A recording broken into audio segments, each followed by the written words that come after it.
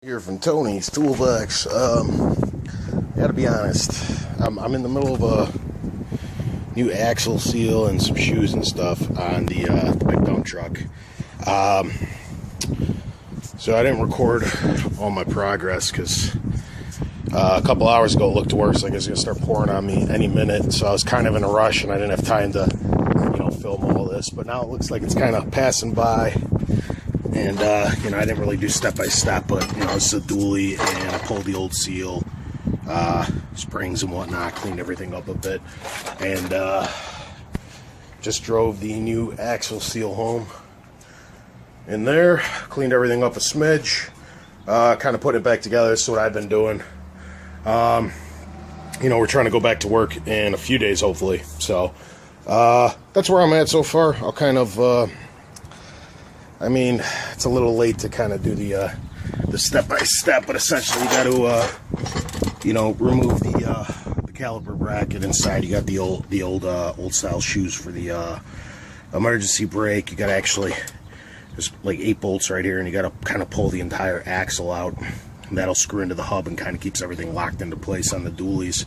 The axle seal right here stops like somewhere over here. You got to kind of pound it into the new rotor and whatnot, and then like I had over there, and then you kind of drive it in with a mallet, which will be our next step. Before you put the axle seal in, you got to adjust the brakes. Down here there's like this little star thing on the other side right here. What you want to do is, before you put the axle seal in, you want to hold the rotor up and you want to make sure it'll slide over, and you want to go until it won't slide over easily anymore. That's the way I've always done it. Get as close as possible. You don't want to spread them the whole way, because then this part will block the rotor trying to slide over. So you want them as close as possible without touching or scraping, if you will. I've always found that worked. I'm sure there's other methods out there and better and more precise ways or whatnot, but that's what I've always done, and it's worked. So then you put the axle seal in, because that's kind of a one-time shot. You don't want to put it on and find that you didn't spread these to the correct manner, and then because once you kind of pound it in, you're ruining the axle seal. You might get away with a couple time use, but they really should be like one every time you pull the rotor.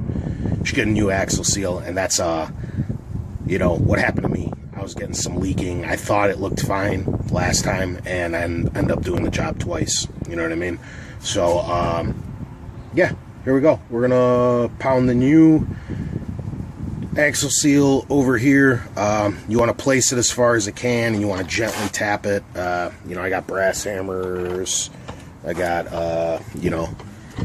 dead blows and whatnot. See what works better. You want to definitely go straight, slow and steady. This is not one of those things you want to screw up.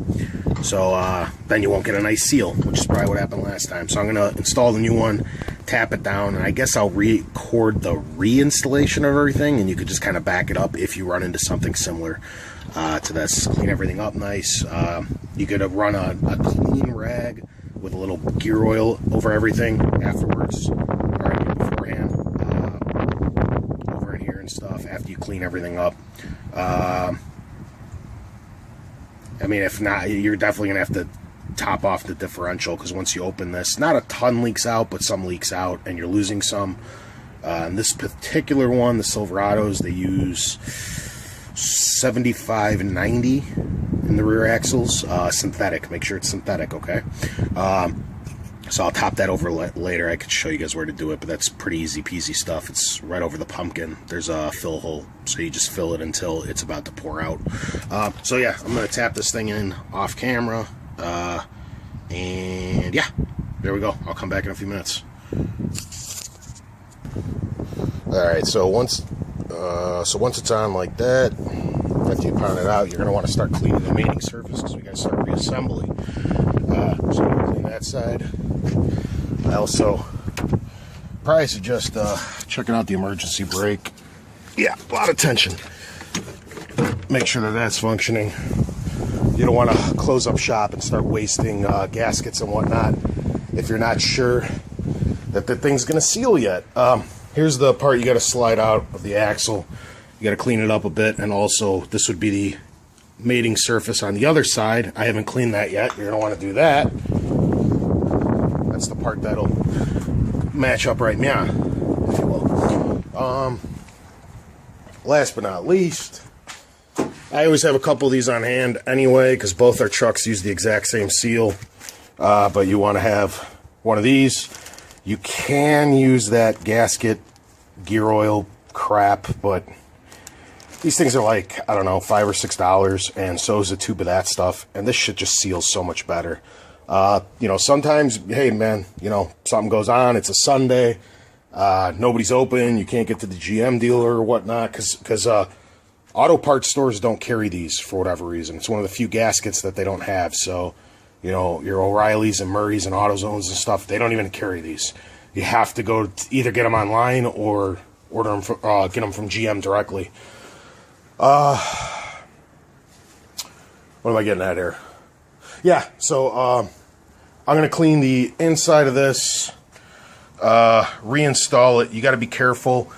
The way you put these back in, because they slide out really easy, is you got to picture this kind of like this, okay? And it's got to go dead nut straight. But if you don't hold it upright, it's going to sink like this when you're inserting it, and it won't lock in the splines on this side, right here. So what you got to actually do is you got to kind of counter it by lifting upwards when you reinstall it, and the weight will naturally kind of drag it centered. You'll feel what I'm talking about if you actually ever end up doing this. So, yeah. Once it locks into place, you'll kind of feel it. You got to kind of sometimes move it a tooth or two over to line up the bolt holes on that with the other one. Obviously, everything has to line up, and sometimes you might be a tooth or two over, you know, but you just pull it out and spin it a little bit, and it'll line up those and these, and you're fine. Yeah, be back. I'm a total liar. I'm such a liar. I just remembered this stuff. I looked down. Gotta put this shit in first. This guy goes first. Okay? You gotta snug it up, and you got these little pinholes. They are for this, so it doesn't actually turn out again. They do make a tool to turn these, but what I do is I just take a needle nose plier and use the nose together closed, and I just gyrate it. What you gotta do, snug it home, and you see this little guy right here?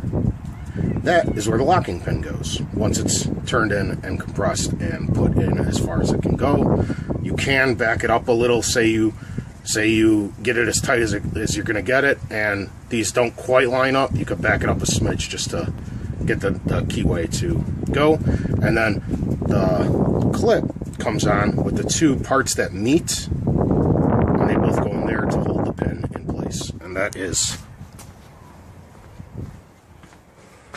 this little guy right here. Where they meet goes at the top to keep this into place. You'll be looking at it like that.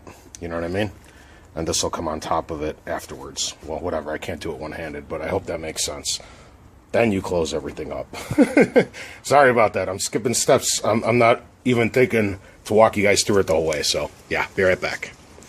All right, so this is kind of what I was explaining. This is a little hard through the camera lens, but you see what I mean? You can just put it in that way until it's tight, and one of these holes lines up here, so you can slide that key in. Okay, so I'm going to do this off camera because I got to make sure it's snug and everything fits the right way.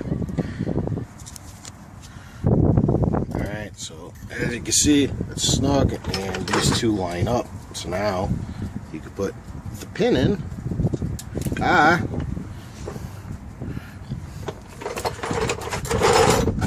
Sorry, I got too much crap in the way. It's a lot harder through the camera lens than it appears.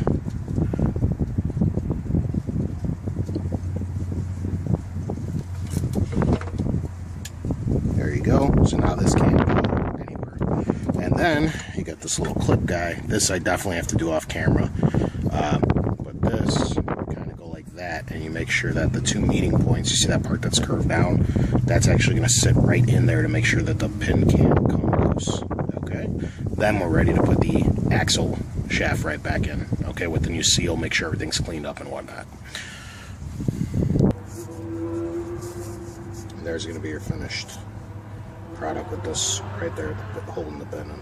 Alright, so re-clean everything, because I kind of touched this stuff, so I'm going to re-clean it up a bit, all that other stuff, and then mate the two surfaces, tighten everything down to spec, these 8 bolts, and you're ready to put the caliper and the wheels back on and test everything out. Oh, also got to fill up the axle from the gear fluid you lost.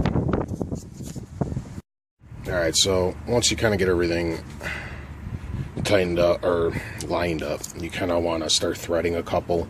I start like one here, then like one down here, and then like one down here. Start making sure everything's threading in correctly. Be careful not to cut the gasket. That's why they make this little tab, so you can, once you get one threaded, you can move it back and forth and slide it around. These should start very easy hand tight, so you want to get everything lined up. Everything you can see is just, it's just hand threaded. There's not, you know, these do get torqued down quite a bit. Look up your personal specs. I forgot mine offhand. I got to look up mine as well, but I remember it's quite a bit. But you can see how easily everything goes in, so make sure everything's threaded correctly. You know what I mean? You don't want to, just because one hole lined up doesn't mean they all did. So, you know, look from over here and make sure everything's threaded correctly. You don't want to start cutting the gasket because you're a couple millimeters off or whatever. Once you get 3 or 4 lined up, the rest will just go right away, because once you got 3 or 4 holes lined up correctly, everything else should line up. But you can see these are still all going in exceptionally easy. So, you know, look up your spec, tighten it up, come back in a minute, guys. Alright, so everything's tightened down to spec. On mine I found it was 142. Could vary, but I know it's usually big.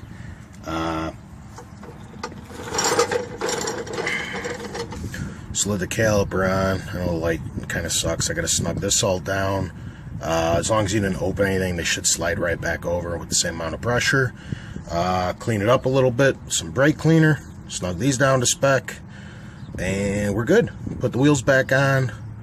This is a dually, so you gotta make sure you put them correctly. One, you know, you gotta line up all the holes, and there's sometimes weight markers and pinholes. Mine are over there. Slide those on, torque them down to spec, check the brake fluid, and go ahead and give it a bleed if you'd like. It's probably recommended. I know I'm going to do mine. And there you have it. So if you got a leaky seal, that at least is the back half, you could reverse the order, or at least hopefully you got some entertainment out of it at minimum. So that's it, guys. I'll come back one more time when everything's put together and say bye. Alright, and there we go. All the wheels back up. Truck's back on the ground. Differential's full. I'm not getting under there again. I'm all beat up and tired. So, thanks for tuning in, guys. Hopefully this helps someone out there. If not, at least hopefully it was mildly entertaining. I know I skipped way too many steps, but like I said, I was kind of panicking this morning because it looked like it was going to rain. And I really need to get this done because we're hoping to start in 2 days. So, that's it, guys. Till next time. Thanks for watching.